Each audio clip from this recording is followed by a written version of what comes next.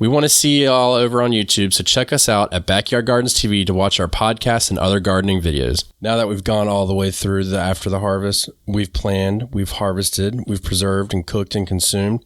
Now we need to talk about preparing to replant right here on the Backyard Gardens podcast.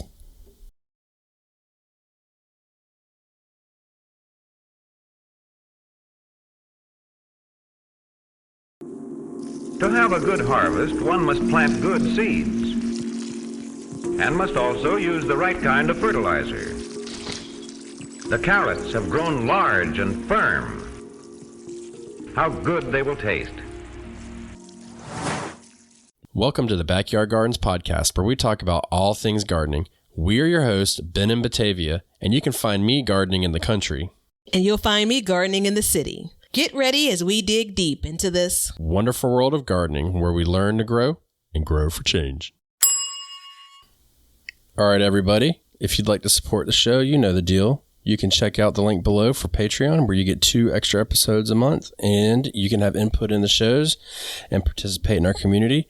Or either one, you can go over to YouTube and check out the Backyard Gardens TV website or page and watch the Tuesday videos and all the other videos we have. All you need to do to support us there is just subscribe and watch. That's it. Nice and easy. That being said, we've gone through this whole process, Batavia, and now we're going to think about replanting. All right, so tell me again, where do we start? We started with planning out the garden. Mm-hmm. So we've completely planned our garden with the thought of after the harvest in our head. What are we doing after the harvest? Then we've talked about harvesting and different tips and techniques and times and all that stuff. Some vegetables that do better harvesting at different times, some that don't. And then we talked about cooking, eating raw, consuming it, and we did a lot about preserving. So this, in my mind, would be the final step before we rinse and repeat. Yeah, okay. Right? Because, I mean, that's kind of what you do. You just rinse and repeat, right? Yeah, I mean, I don't know. This kind of feels like, starting the cycle over again, right? So. Yeah. Yeah, I mean, that's exactly what it is. So, I mean, what do you think about, do you think a lot of people just grow in the summer and then they're done? Or do you think there's a good majority of people out there that kind of go into the next season, the next crop, or what have you, just kind of keep it going as long as possible? So I don't know the answer. I don't know the truth, but you asked what I think. And for a long, long time, I thought people were like one and done. But I think that was highly influenced on the way I garden and the way that kind of people around me that I knew gardened. Right. And so my garden world has been opened up quite a bit, right, in these last few years. And so I'm seeing something that contradicts that idea. If I had to guess, which you're not making me, but I'm going to, I believe the majority of gardeners garden in probably the summer season, whenever that is for them and where they are. And then I do believe there's a healthy amount of folks that are in early spring, through later in the year, and as their climate allows. Just going as long as possible. Yeah. If there's an opportunity to grow, they're growing. I agree with that. And if people aren't doing that, I believe that the desire is there to do so. Now, I'm not going to say that for everyone, because I do believe that this is like, I'm trying to think of a hobby for some, but a hobby that, there's a season for it. It's like cycling, right? So if you enjoy outdoor cycling in particular, and you live in an area where, weather is inclement, I know some folks that get out and the weather is rough in cycling, but I don't know anyone that's like, a foot of snow in January in Chicago, right? So there's a time period for it. Right. And so I think the same goes. Now, I do believe outdoor work in your, in or near your home, that probably is a longer period of time for people, even if they're not growing anything, whether it's spring projects, fall projects, and so on. I can get on board with that. Yeah. I can get on board with that. I think that's a safe assumption. Yeah. But if you're not doing so, then this is the episode for you, because we are going to help you to do so.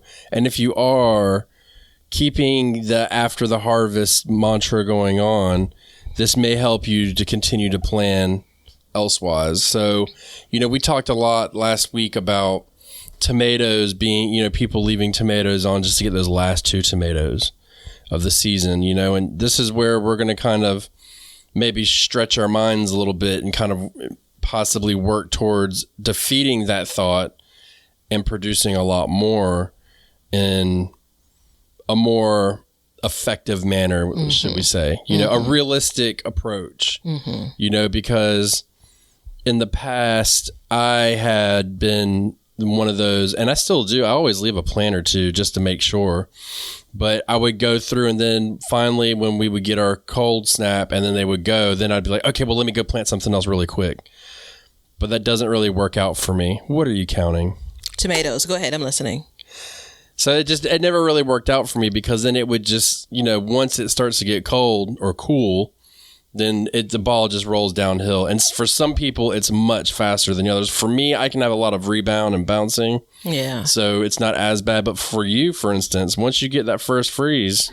Yeah. It's done, right? So some peppers could, like, if you get a freeze or let's say a frost today and then you didn't get your peppers off the plant, some peppers will be okay tomorrow. But if another frost or a freeze comes through tomorrow, man, that's all she wrote. There is a point, and because it's been a journey, which is one of my least favorite terms, but I'm going to use it here. It's been a journey for me with gardening. I can remember times where, the excitement of it comes and it goes, right? So I'm in like early, mid, even late October, like I only had 1 or 2 tomato plants, and so who knows if they were sick or not, how much they're producing. It's kind of out of sight, out of mind by this time. My garden experience is very different now than in those years. So, I'm sure I've had times where I've gotten probably more closer to Thanksgiving and I still have plants in the ground, like summer plants that I just hadn't went back around to clean up, So, that's different. Yeah, well, no, I guess speaking to the point of like, who are the people that are one and done? I'm done because, there's some reasons why, but I'm just not as interested in it as I was in August, Yeah, usually when we start getting our cooler weather or we get close to it, I kind of get another push. And I get excited because now I'm going to a whole different crop. It's like in the beginning of the season this year, I stated that, we weren't going to grow any more turnips because we were just tired of eating them. Mm-hmm. But after a couple months of not doing that, now we kind of get back into that mode and we're like, okay, let's try this. Let's see what we can get. Yeah, you've told me before you think I could have a kick-ass spring garden. And I still don't know if that's true. But I have counter that and said, I think it's really fall. But I have, complained on here before about how I lose steam by the time I get to, and it's been consistent. I'm losing steam by the time I get there. And I have great plans in my head about how to power through. I'm powering through right now, but how to power through, because I have visions of kind of what did and didn't happen in spring. And I can see like the place I want to get to. I can see that happening in the fall, but I have to put in the time and the work. Right. I have to make some decisions that would be tough for me just based on the way that I've gardened over the years. But I could see the reward. Right. You know, and it's taken a couple of years to be able to try a few different things to figure it out. Like if I had never had things in my garden in November that I could harvest and eat, I probably would be more hard pressed to say I'm tired in October. Well, actually, let's take that back. I'm tired in August because the reality is if I'm getting things out of my garden in November, I need to be planting them coming up pretty soon. Right. So, but I think that my experience with, and sometimes it's just some leafy greens, which is just fine, or some root crops that I'm pulling out of my garden. It's like, yeah, man, like this is really happening for me, Yeah, it gives you a new lease of excitement. Mm-hmm. You know what I mean? I would, not a new lease of life, but a new push, let's say. And it's one of those things too where you won't know until you try it. Yeah. But you have to go at it a little bit more measured than just haphazard. You don't have to, but the results come out a lot better if you're not haphazardly planting stuff and going in and out like that. You know what I mean? Yeah, I think it depends on the gardener, because I can think about if you've had a garden, you know, at least for summer, maybe even for spring, maybe some like the excitement of the first peas and, you know, in the spring is very different than, oh, I have another head of lettuce in October. Wow. Yeah. Right. You know, so I definitely get that. But the key is, again, you've ideally started that work earlier. Right. And the sweet spot of the fall is your pests have died back. It's a little bit easier work maintaining, at least in my experience for my fall. So, and it's a little bit easier, like you have limited choices. You kind of know what you're going to be planting or not. You know, there seem to be so many more options in the spring, right? You know, so I think that, I mean, I'm already looking forward to fall, and I'm really trying to live in the moment and experience and enjoy this. But I'm just like, man, I'm ready for it. Truth be told, I prefer the summer gardens better than the fall gardens, just because there's a lot more variety. But that doesn't mean that I don't get excited about it. You know what I mean? Yeah.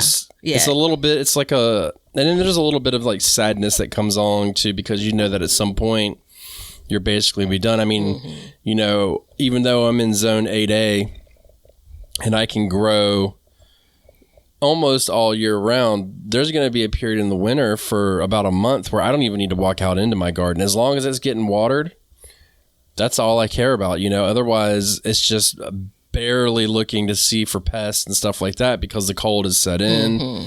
You know, you're going to get those cool days, things are going to happen. So it's tough, because you know that that's coming, and then that can kind of help bring that little bit of sadness, but it can also bring a sense of urgency. And then that can cause us to kind of veer from our plans.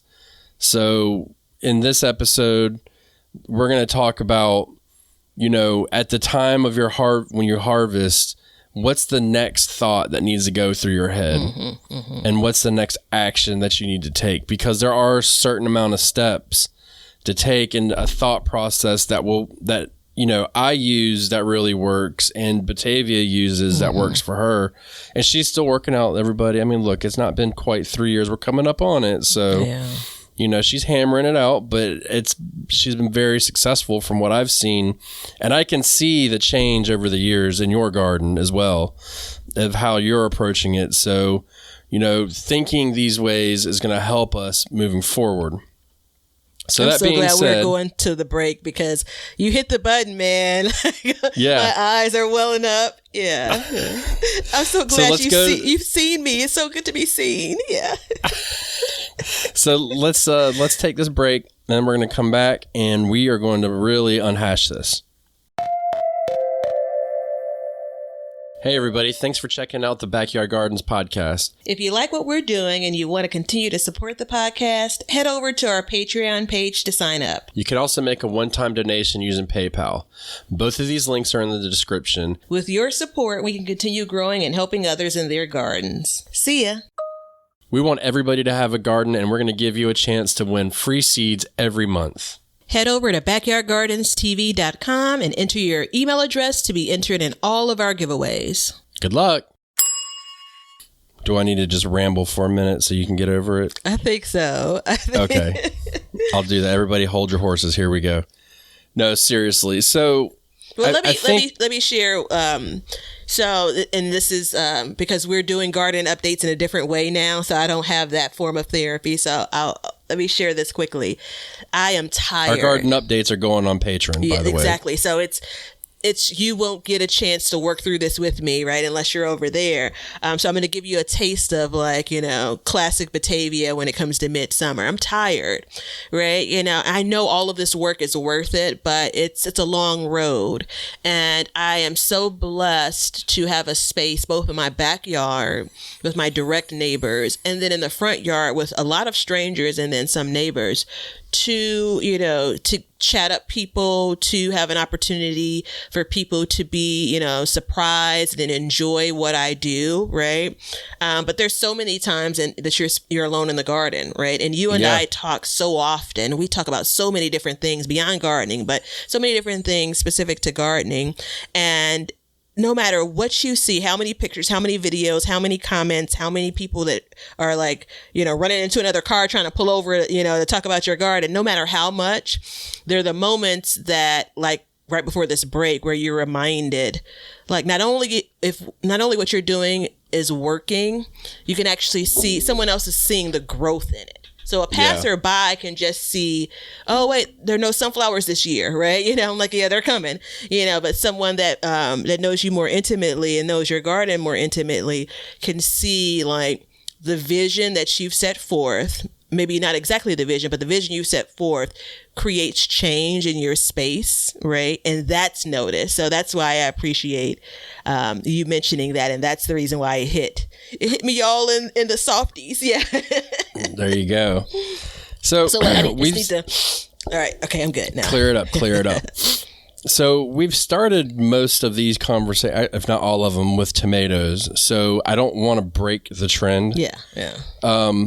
You know, when your tomatoes are wrapping up and you're starting to get there, you know, there's multiple ways you can do it. You know, we are big advocates of starting your own seeds. So there's that. But, you know, transplants or direct sowing, what have you. But think about, what am I going to put in its place? You know, and for me, what I always put in its place is I put lettuce in its place, you know, because I can still, while it's still hot out, they'll shade it out a little bit. They'll keep them cool so they don't bolt as fast. And I can continue to harvest a little bit of my tomatoes, you know, let them at minimum get a couple more green ones before I get in there. But you really need to go in and just say, okay, it's done.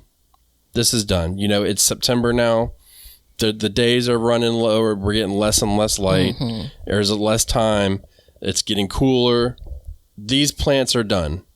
And you have to be able to make that decision. And I've been accused of being brutal in my garden, and I've been scoffed at about how I treat it. But that's the method that works for me. Yeah. You know, and so it's always thinking ahead. And I mean, I don't even know if we should have called this the After the Harvest. We should have just called this the planning series, because this is what it's all about, is just like continuously planning ahead, right? So I'm going to say all these things as if they're net new, right? You know, or just put the disclaimer on. I've probably said some of these things here and there before.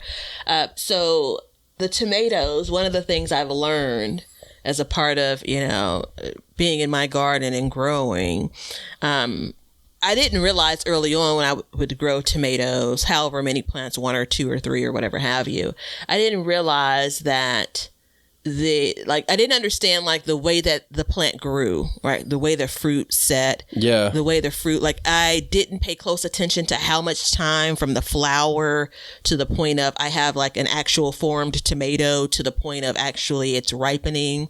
And not only did I not pay attention to that, I didn't consider what influences that. It's kind of like a tomato plant is alive from this date to this date. There's an opportunity to produce fruit, you know, but over the last probably 6 or 7 years, I've paid more close attention to it. And then the last 2 or 3 years, I mean, I've gotten more scientific with it when it comes to certain temperatures. And some of this is just visual. Like I can look back and see October, these plants look the same.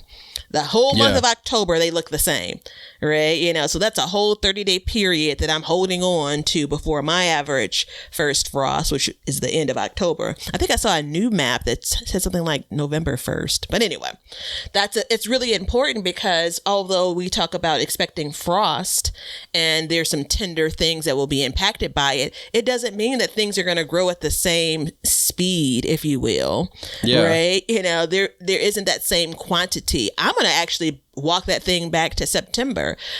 I'm not going to remember it, but I hope that I do. I really want to like study one of my plants from September 1 to September 30th to see how much is changing.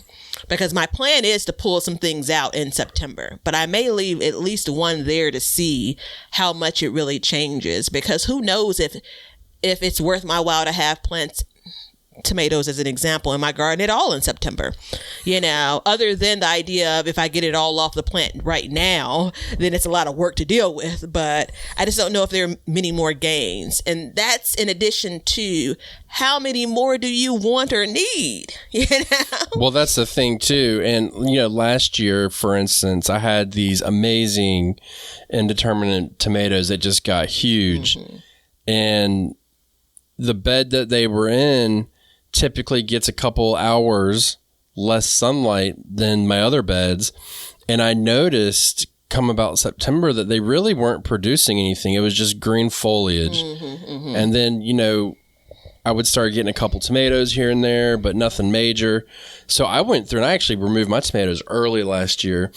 And the reason why I bring that up is because, we revolve around the sun. And so as we get farther away, mm-hmm. you get less sun.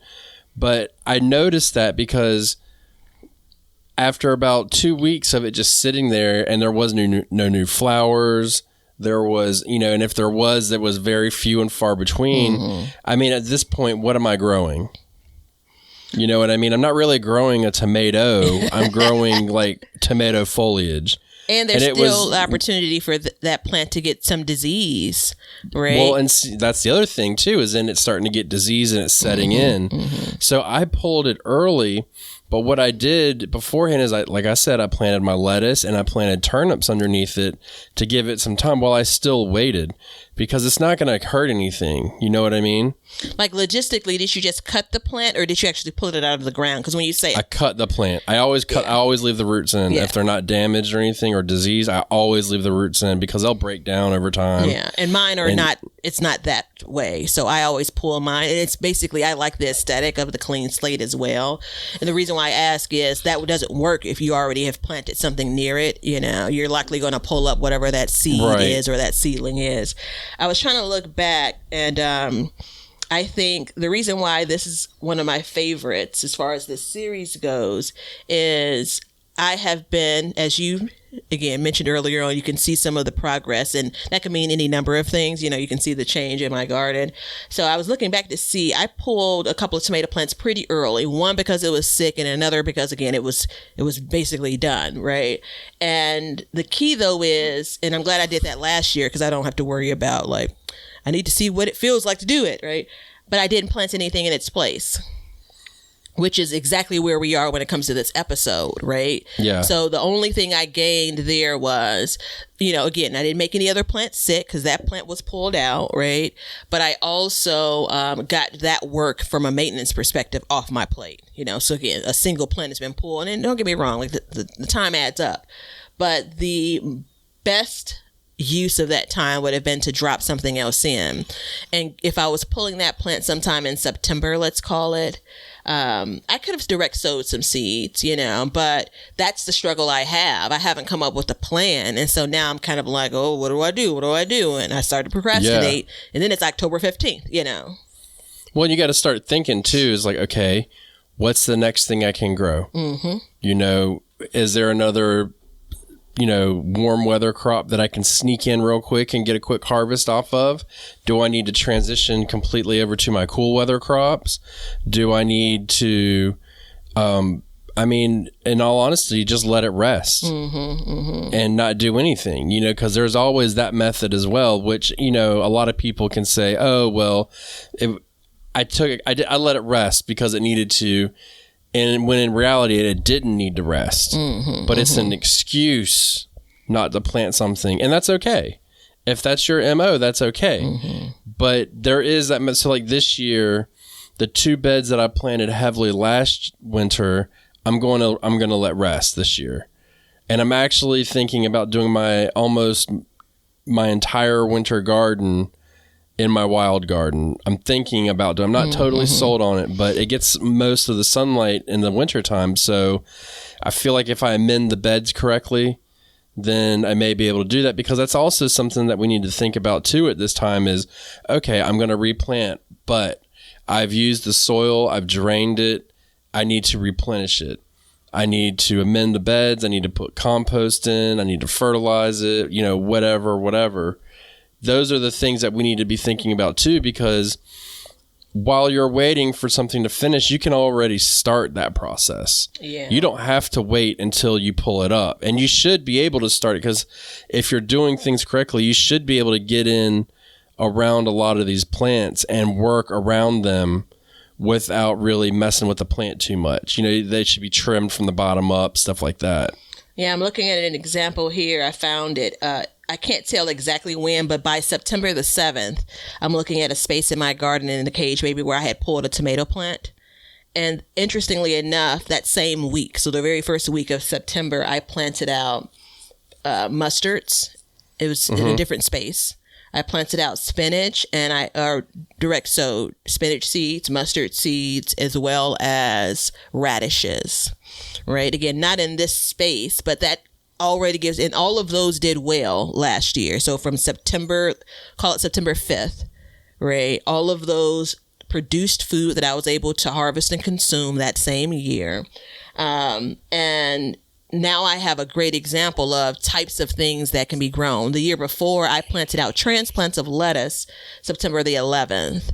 And so, again, that lettuce took me through November-ish, And so what I need to do is my calculations for how many people I'm going to give lettuce to for Christmas.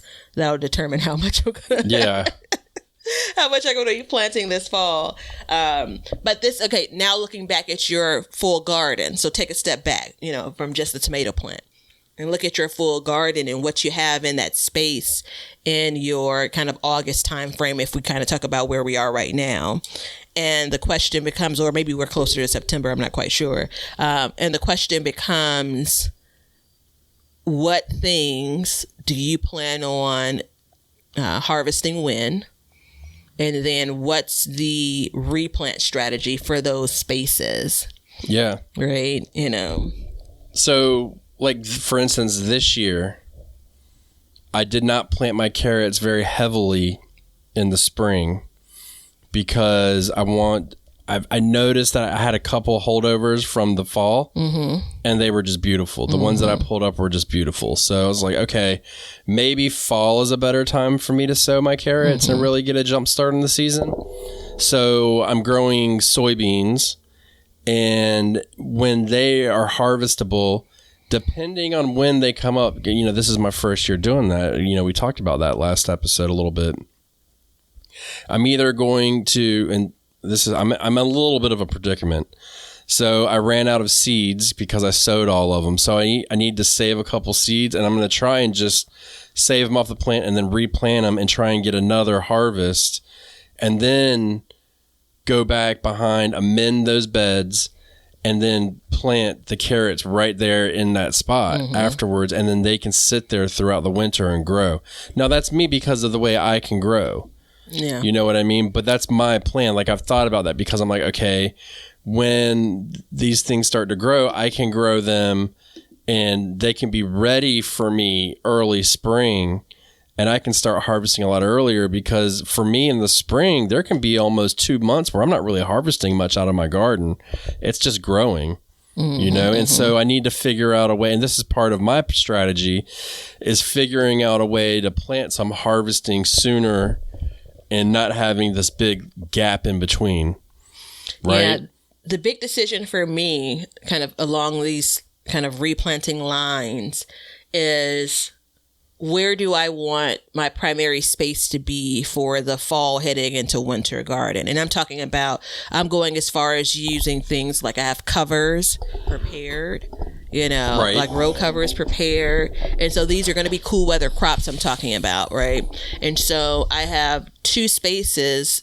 Well, I mean, plainly put, it's the backyard or the front yard could be used for this. And I'm inclined to say the front yard absolutely is going to get more sun, period, at any time during the year. So that makes sense, right? And so I think I'll be stretching myself a bit too thin if I try to kind of create a strategy where I'm replanting every space, right? Yeah. And instead I need to hone in on, because this is going to be new for me, right? Like having a full-on plan to to replant. And by the time you guys hear this, whatever I have planned will be like being put into action. But as we're recording this, I'm thinking this through. And I've been thinking about this basically since last year sometime, right? And well, we got 2 more years. Well, no, I've been thinking about the idea of the front yard I could get more out of it than I thought I could. Yeah. But the idea of, as long as you've known me, I've wanted to harvest food in winter, right? Yeah. And this is beyond the bigger dream of growing food in winter, but that's going to require some additional monies and some additional structures, and I'm not ready to commit to that just yet. Yeah, and that's the thing too, is you're taking into account your row covers and whatever other methods you're using in order to extend your season, which is a whole new subject. But just thinking about that, you're able to make your plan, because I'm like you. I plant mine, my garden is basically fully planted by the middle of May.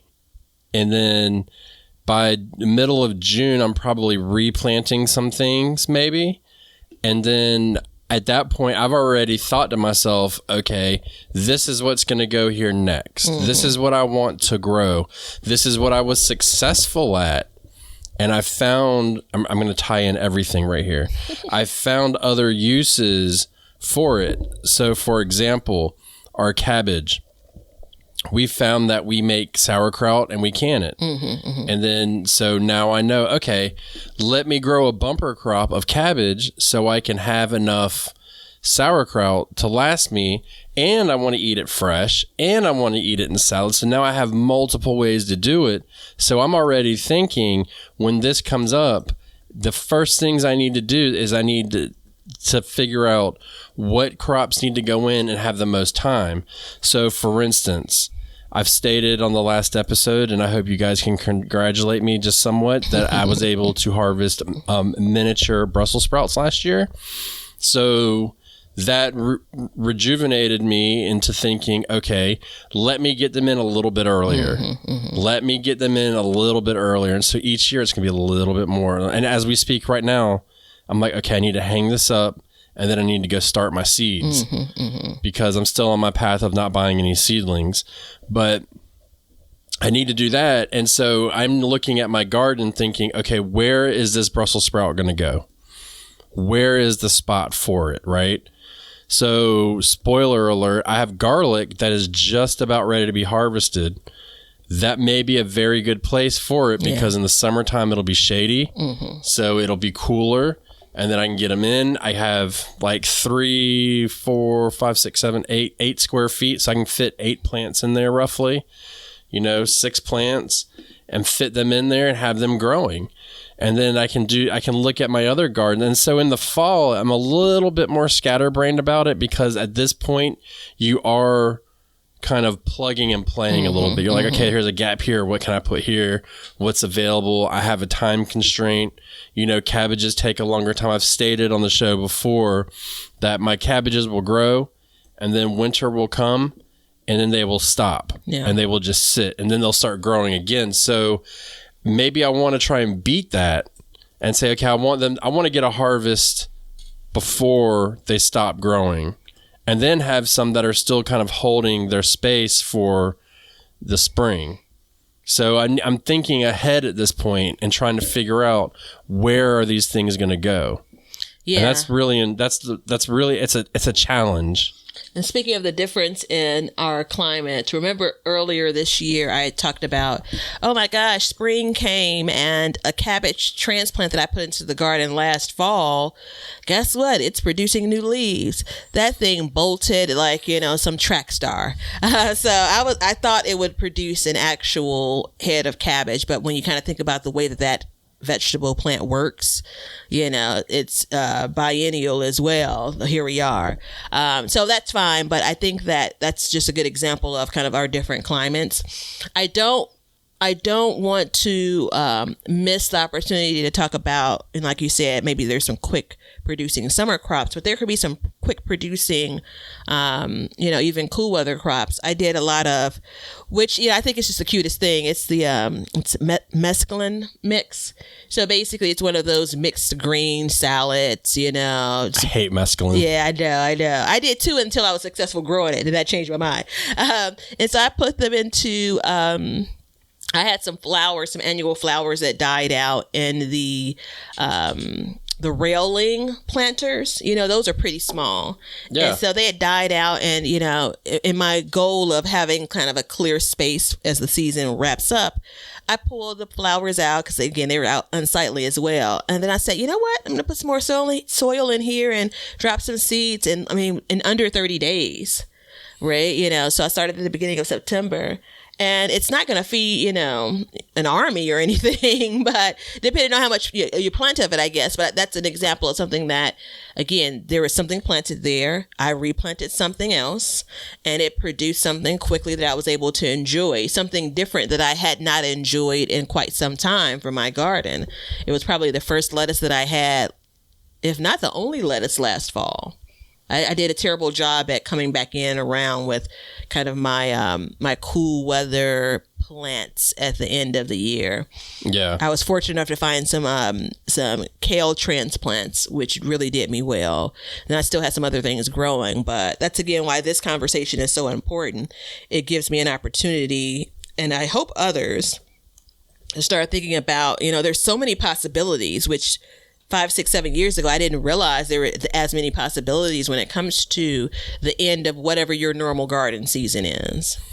And that's one reason why we talk about starting seeds so much. And honestly, we may be a little pushy about it, but it's so important because you can set your own time schedule. Then you're not dependent on anybody for that. So, I know that if I want to have a chance at my Brussels sprouts, I need to have them in the ground by mid-July.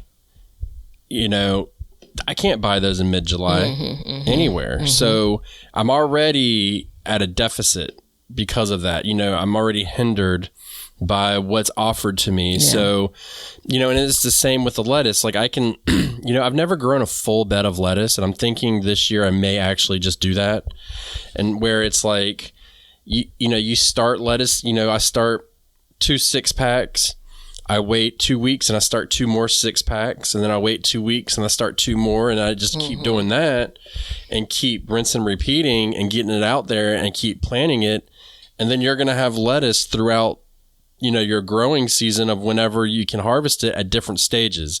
So I'm not getting flush with the lettuce. And that's part of when I pull up those tomatoes or I pull up something else, and I already have that going. And at the same time, I can drop some seeds. And so that's my plan for that. Radishes is another good thing that people kind of sleep on, is they grow fast. You can get you can harvest them young. You can eat the greens on them. We talked about that last episode. We didn't even bring up radishes, but that is a multi-use crop. Absolutely. That you can do. And then the benefit of that is you can leave them in for the winter and then collect the seeds next year. Yep. You know what I mean? So I'm waiting for I'm actually, any day now, I should be able to go out and get my seeds. And I've definitely sacrificed a small portion of my garden, but the benefit is because I can plant them so close together that it doesn't take, I can get a lot out of a small space. And so you can plant your, and that's what I did last year, is I planted rows and rows and rows of radishes and turnips, and I just ran out of the gumption to eat it all. You know what I mean? It's just ugh, God, not another one. But I had it available if I needed it. Yeah. And that was super important, and I had made that space. And last year I was really because those tomatoes messed up the way they did, I actually did very well over the winter because I was able to pull them out so early. I think that, and it's easier than all of this thought we're saying you need to put into it. It's easier than that. You know yourself better than we do as a gardener, right? And so, again, we're not necessarily saying you need to plant out or replant your entire summer or your entire spring garden again, wherever you are, whenever you're listening to this, right? You don't need to duplicate everything. No. And you probably don't have the space to do it because my guess is you probably still have some other things growing, right? Right. And so the idea is, use things like what did you really enjoy, but you felt like you could have had more of, right? Use that as a method. What are the quick turn things that you can get some satisfaction out of, be realistic in how much steam do you feel like you have? Will replanting some things re-energize you, right? Do you really want to be winding this thing down, which is okay,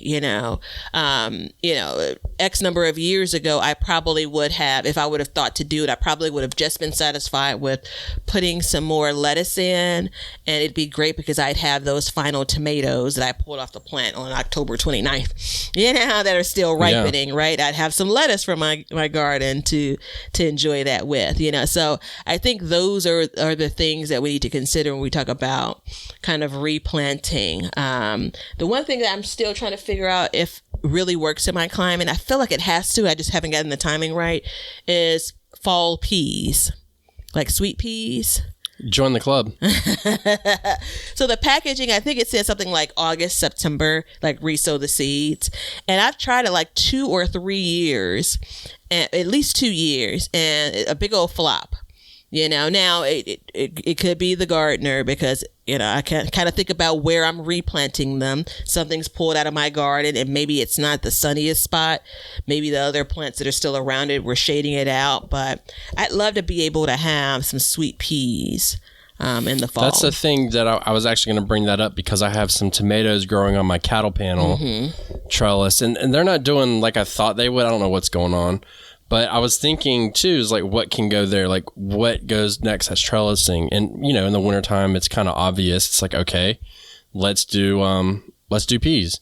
So it's that thing of when do I start the peas and when do I pull the tomato plant? And my plan moving forward is I have 2 plans. One is either I'm going to plant another tomato in its space and so I can specifically see if there's like something going on with the soil, which I just added this year, so it shouldn't be. It could be a watering issue that I have. I don't know what's going on. But in between those plants, I can put and drop a pea in. And as long as it's getting sun and it's not getting too spindly, I see no issue in leaving the tomatoes there for as long as possible because the second you remove those tomato plants, if sunlight is the issue, that gets fixed immediately. Yeah, I think it had to have been August or September last year. I planted them alongside of the cattle panel, and I'm pretty sure I had removed either cucumber or melon plants. But if I think back, and this is just relying on my memory, which can be kind of sketchy, there was still pepper plants in front of it. So if you think about I have a long bed, the bed has 2 rows that are going sideways, right? So the first row had a pepper plant, the second row had a pepper plant, and then basically the trellis is connected to that part of the bed. So I put some peas down. I remember actually sowing them multiple times. And while there's room on the trellis, right, there wasn't as much room, from the soil line up. So I don't know if that was a story, but again, I am going to try something different this year, and those previous attempts kind of have further informed me, although I still don't know what the real issue is. And there's some varieties, and again, while it's advertised to say it grows well in your area from this time to this time, kind of the where you put it, some varieties are more accurate than others to that time frame. So it takes sometimes some, tries and fails to figure it out. Yeah, and that's a good point too, is don't be afraid to try and fail. Because it's like if I didn't do that, then I would never have had the experience of eating my micro Brussels sprouts, And it's important though, because that's how you learn. We said it in the last show, but I'm going to say it again. You can't learn everything from listening to us and reading on the internet and watching videos and going on Instagram. You can't. You're going to have to try stuff. And that's really important. Agreed. I earlier this summer, I grew corn for the second time this year. Last time was the first time. And earlier on, and so as I grow things, one of the things that I really enjoy, I want to understand how quickly it germinates, and I want to understand what it looks like when it germinates, right? Mm-hmm. And so there are a bunch of plants that look exactly the same, but corn isn't one of them. It pops up and looks just kind of like a greenish, yellowish stick. Yellow, depending on how much sun it, is struggling to get. And then it starts to kind of look like this cylinder, this little circle, almost like a flower plant, more so than an actual vegetable.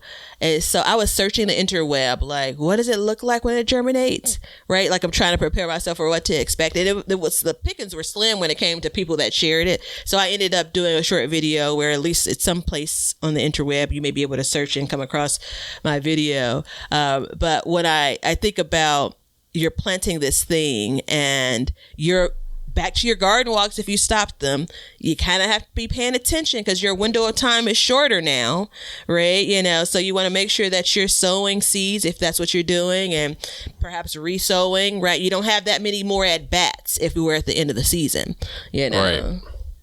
And that's where going into it with a plan helps. Mm-hmm, mm-hmm. It's like when I planted my potatoes, I knew that they would go out in June. Mm-hmm. And I knew that if I planted my corn behind that, I still had time to get a harvest of corn. And I also know that at the same time, I can come back behind it and I can put collards or kale in its place and have those growing throughout the winter because they're all very frost hardy. So I knew at the time of planting, that was like my game plan, because that's something that also is a slight issue I've been having. When I make these garden plans and my aggressive style of gardening, where it's just like, succession sowing, mm-hmm. replanting, and making these plans, is I run out of things to grow. Like I legit just like, I can't think of anything else to put in the ground here. Mm-hmm, mm-hmm. I've had that, and that was a big thing this year. And that's why if everything goes good, I'm going to have a bunch of corn, because I was like, I've got a bunch of corn. Let me go like all in right now. You know what I mean? And that's okay, because one, I will get to see two things. I planted them in opposite beds and opposite places, so I'll see which one grows better than the other. I'll get a harvest of corn, obviously, but I was able to fill that gap. And so I have plants that I use to fill gaps. Mm-hmm, I have specific plants that I fall back on. One of them's zucchinis and squashes, mm-hmm. Maybe corn for now. I don't know. I've used carrots in the past. These are like my gap fillers. Like, hey, I've got a space. Yeah. When I grew bush beans, which now I've replaced those with soybeans, mm-hmm. and I will never say bush bean out of my mouth again. Actually, I will, but I use those because they would come quick. They just pop up. So those are really good crops to be able to add in to fill these gaps, mm-hmm. because you don't want to walk out in your garden and say like, hey, I did the best I could, but I've got this huge gap here. You want to have an idea of what to put there. But that experience over time has taught me that these are the crops to use. Just like in the wintertime, it's lettuce, turnips, and radishes. Those are my gap fillers. And now I'm going to add carrots to it. And then I bet chard would do well too as a filler. Chard is a good mm-hmm. filler too. Yeah, I've used chard as well. Anything that's small, I use as a filler. Parsnips is another thing, because I have to start those early in the summer because they take 21 days to germinate, just like carrots. It takes forever. So it's the same thing as I look at a space in my garden and I say, okay, where can I add that? So when I pull my radishes out that are going to seed, I'm putting parsnips in their space. And I'll probably end up having multiple patches of parsnips throughout my garden this year, which I'm okay with, mm-hmm. because they're going to be space fillers. But that is part of my plan for getting ready for the replant, is to come back and do that. Yeah, and I think that, because we're not twisting your arm here, folks. Right. So I am. This whole talk is around people that want to continue to grow things, people that want to maximize their space, want to get the most out of their space. And so these are ways to do that. Right. I think I kind of feel like and this is not my official scientific answer because I don't have one. I kind of feel like in a single growing year. So if we go from your spring to, early to mid to even late fall, I think you're okay with planting in those spaces repeatedly. I think it's okay that if the soil isn't resting, I think that's fine, right? Am I going to put another handful or two of compost when I plant some things in the fall? Maybe, depending on what was growing there before, how heavy of a feeder, as they say, the thing that was growing there before was, maybe not, depending on what it is. So, if this is your jam, then, come on and jump on the train with us. I think that for sure, I know I won't regret trying to plant something out in August or September once I get to January. I'm not going to regret looking back and saying, well, I wish I wouldn't have planted more food, Yeah. But I for sure will say, gosh, I could have actually added this thing if I do nothing.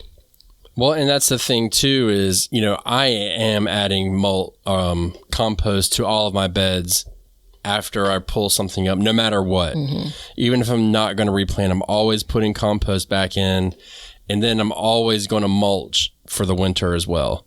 So, and even if it's, let's say it's July and I pulled something up, I'm still going to do that because you're always preparing your bed for the next round. It may be the next week you plant something. It may be the next month or the next year. It doesn't matter. I'm always going to give it that time because the bare soil, it doesn't work out well. It's always going to be eaten up with some kind of weed or something that's trying to take over. And that's another reason why I went heavy on the corn, because I didn't want that bare soil. You know what I mean? For Memorial Day, I had the absolute worst ear of corn. It was like 3 ears for like a freaking $1 or something. Or no, it was like 3 ears for $2. Crazy prices. So, and I got the corn home, and the first ear I put it on the grill. Long and short of it, it was terrible. Second ear, terrible. Third ear, I'm just like, I'm just throwing this out. I hate to do that, but I'm like, this is just not good. Yeah. And so I went out when that happened, and I sowed more corn because I'm just like, I remember when corn used to be good and sweet, and that ain't what I had, right? Yeah. So I'm hoping that I have a good harvest for corn and that it's as enjoyable, because we know how sometimes there's garden grown vegetables that are just okay, where there's some garden grown vegetables that are hands down 10 times better than whatever you're going to buy from a store. So that's why we're growing corn. I'm not sure how that's going to be, but we're going to find out. Yep. So look, let's do this. Let's go to a break, and then we're going to come back. And I think Miss Batavia's got a bomb recipe today. I have this sneaking suspicion. No so diggity. Everybody hold tight. No doubt. Because it's time for the recipe of the day. If you like growing food, then you might like eating food. And if you like eating food, then you might like cooking food. Well, go check out the first season of Backyard Kitchen, available on Tubi for free. Available on all smart TVs and online. That's TUBI, all free, first season of Backyard Kitchen. If you guys want some Backyard Gardens gear, go to the link below and check out our t-shirts, mugs, pint glasses, and other gear. All purchases go towards helping to support the show, so thank you so much in advance, and we hope you enjoy. We want you to be a part of our gardening community. DM us a picture of your garden at Backyard Gardens TV on Instagram, and we will share it with our listeners.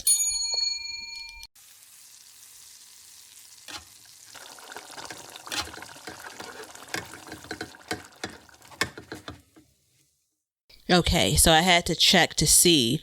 I'm giving you an action item. I want you to add the Ball Complete Book of Home Preserving that has a list of jars, a row of jars on them, 400 delicious and creative recipes for today. We already have on the Amazon list a Ball book, but I want to make sure this one's added so people can get this specific recipe. Bruschetta in a jar. I mentioned this episode during this series, and I said, I made it last year. I haven't tried it yet. So I tried it that evening, and you want to talk about what has now been, it may be my new favorite. So, my favorite is the roasted pepper sauce that I freeze. This is so close. So 2 things quickly before I get into the recipe. You're gonna put it on bread. It's gonna be good, right? I don't like the kind of the French baguette, like how hard and crunchy it is when most times you order bruschetta. So I just use garlic bread because that's how I roll. And then as I was sitting there, I thought, I'm gonna add this to my salad, kind of as a air quote fresh tomato.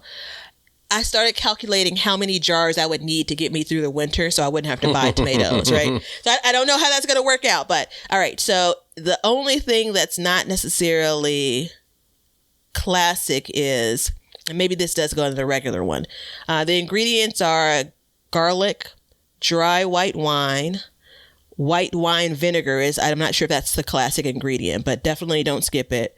Water, granulated sugar, dried basil, dried oregano, balsamic vinegar, and then plum tomatoes.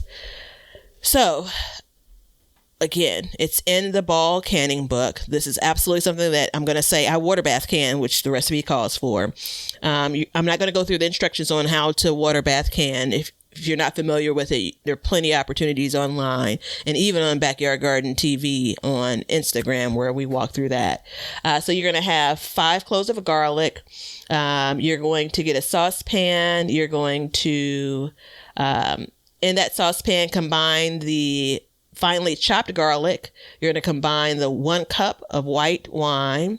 You're going to combine the 1 cup of white wine vinegar, which is different, 1/2 cup of water, 2 tablespoons of sugar, 2 tablespoons of the following: dried basil, dried oregano, and the balsamic vinegar. You're basically going to boil this, and it's going to be a hard boil, right? So it's full on boil for about 5 minutes. You want to make sure the garlic is heated through. You've chopped your tomatoes up into the size that you always see on bruschetta, and you're going to pack those into your clean canning jars.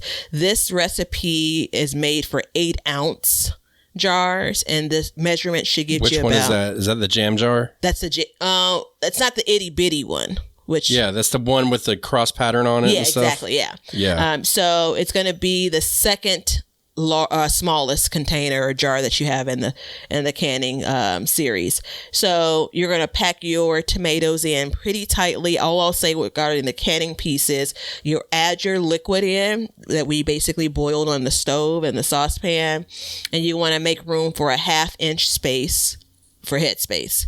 And so the first jar open had more liquid than I would have ever served bruschetta as.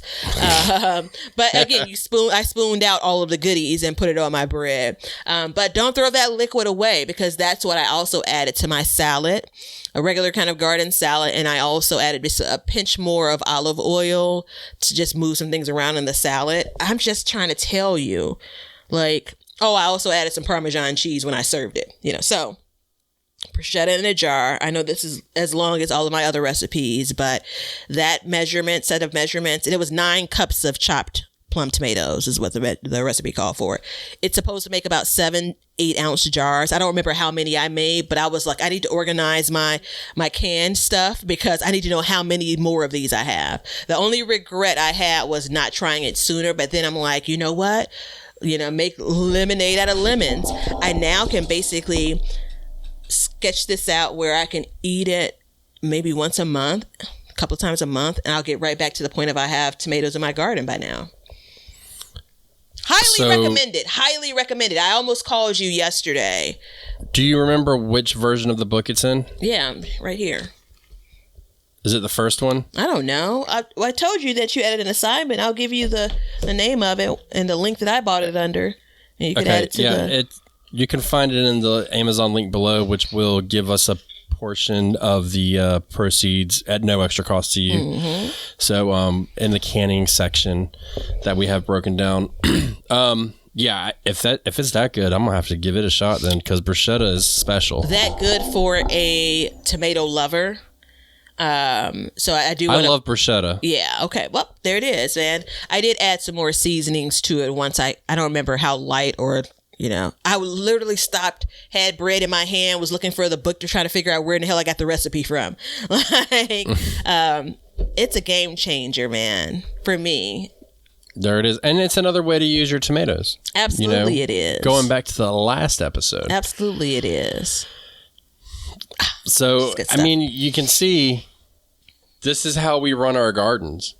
Everything that we've talked about in this show, we try to, and in this series, we try to use in our garden and activate and, plan accordingly. And it works. It does work. You just got to give it a shot, But I'm with Batavia. Nobody's trying to twist your arm if you don't want to do it. But if you've ever had an inkling to do it, give it a shot. I think it'll be worth your time, don't you? I think so. I mean, there's a part of us that says, especially if you're this far into this episode, we think you're our people and we're yours. So I think we're on the same page here. Yeah, I'll go with it. I'll go with you on that one too. Look, you're on a roll today. I like it. It's the bruschetta, baby. Shoot, I had it with breakfast. So if you're gonna replant your garden, if you're gonna harvest something, then think about where you're going, what you're gonna put in its place. Mm-hmm. What do you want? What is time appropriate? What do you need to do to get that ground ready for it? Keep it watered, keep it happy, and most of all, enjoy it. Enjoy the process. Hear, hear. Right. So look, everybody, if you want to support the show, please check us out on Patreon or check us out on YouTube at Backyard Gardens TV. We would love to see you there. Leave us a comment, subscribe, watch the video. There's a bunch of videos on there. There's a bunch of podcasts on there. And I do want to say something about the recipes of the day real quick. Please don't email us asking us to send you the recipes. You're going to have to listen to them and write them down because we fly through these things. Mm-hmm. It is singly the hardest part of the show, coming up with this. So we're going to have to put the hard part on you. Y'all need to keep a pen and paper down and write it down or come back because we just can't. We can't keep up with that. So here's a tip. It's generally in the last 10 minutes of the show. So if you've listened and then you're thinking like, oh, I want to go back to it, 10, 15 minutes of the show, you can find that recipe. Yeah, you can scan and find it. So we would love to put it somewhere, but we just can't. We don't have time for that. Maybe one day. Yeah. Maybe one day we will. I would love to have a recipe section on the website. There's a thought. Okay, everybody. Much love. Check us out on all our links and all that good stuff. And have fun. Make a plan. Replant. Harvest. And preserve. And cook. And eat. And love. And grow. And learn to grow. And grow for change. Bruschetta! See ya. We hope you enjoyed today's show. Please follow us on YouTube at Backyard Gardens TV. Instagram at Backyard Gardens TV. Over on our website, backyardgardenstv.com. And then we have Patreon at Backyard Gardens. And don't forget to check out our links below to help the show. Thank you so much for joining us as we learn to grow and grow for change. Cut. Now you know why people feel like celebrating at harvest time. All over the world, people have feasting and good times when the crops have been gathered in. Hey, everybody. Thanks for checking out the Backyard Gardens podcast. If you like what we're doing and you want to continue to support the podcast, head over to our Patreon page to sign up. You can also make a one-time donation using PayPal. Both of these links are in the description. With your support, we can continue growing and helping others in their gardens. See ya. If you guys want some Backyard Gardens gear, go to the link below and check out our t-shirts, mugs, pint glasses, and other gear. All purchases go towards helping to support the show, so thank you so much in advance, and we hope you enjoy. We want everybody to have a garden, and we're going to give you a chance to win free seeds every month. Head over to backyardgardenstv.com and enter your email address to be entered in all of our giveaways. Good luck! We want you to be a part of our gardening community. DM us a picture of your garden at Backyard Gardens TV on Instagram, and we will share it with our listeners.